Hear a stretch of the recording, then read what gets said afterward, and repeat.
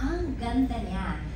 Because it's the aura, it's the charm, it's the personality. That's what true face card means. It's not about how true, beautiful, or what they think beauty is. It's not about what's seen, it's what's felt.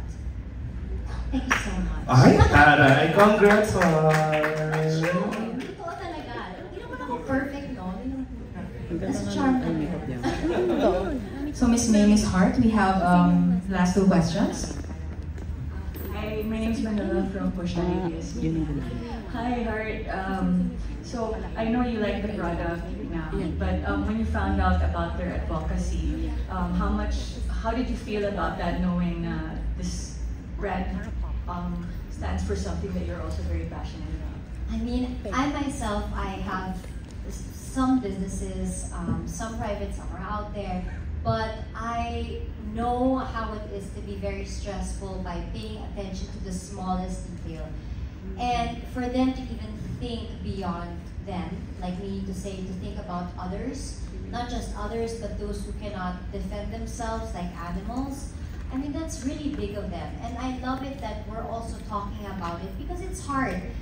Technically, if you think about as a bit, mas makakamura ka kung hindi mo isipin na itong produkto to, pag in-order mo to, hindi siya animal cruelty free.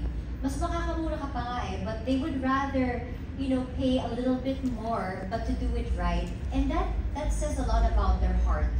And I love working with people like that. In fact, I don't consider myself working with them because to begin with, I liked their brand before even they got me.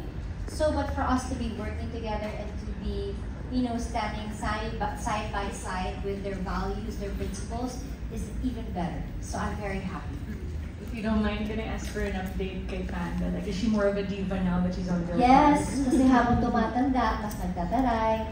So, pero ang ganda niya, again, it's all about the aura. Yun yung kanyang aura. Matari siya, huwag niyo siyang lalapitan, huwag niyo siyang kakausapin. Kahit sa Instagram niya, yung caption niya, matari siya. Kasi minsan nahahawakan siya, mga agat talaga siya. Pero matangos pa rin yung ilong niya. So, I'm so happy. She was supposed to join today, pero dahil doon lang siya sa kotse, parang sabi ko, doon ka na lang sa bahay, anak. So, doon na siya sa bahay.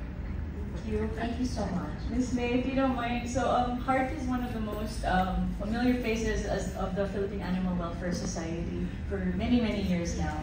So does this mean that at some point you guys are also going to be open to collaborating or supporting organizations like that? Yes, of course. Actually, by 2025, we already have plotted all of our animal welfare programs. Now, as early as quarter 1 of 2025, we are doing another free spay and neuter activities. And also, we are launching an exclusive face card collection. Because in our office, we have 5 what we call marketings. Because it's the marketing department taking care of all of these stray cats. Even ako sa bahay, I have 56 cats. Oh my God.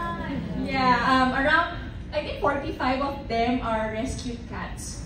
So talagang it really, extension talaga si Get Ready With Me Cosmetics na parang, sabi ko, pinangako ko yan when I was starting out. Sabi ko, if Get Ready With Me Cosmetics come to a point na maging known tayo sa local industry, then mas marami tayong matutulungan. So in the future, please expect more collaborations, partnerships, and mas marami pang animal shelters yung matutulungan.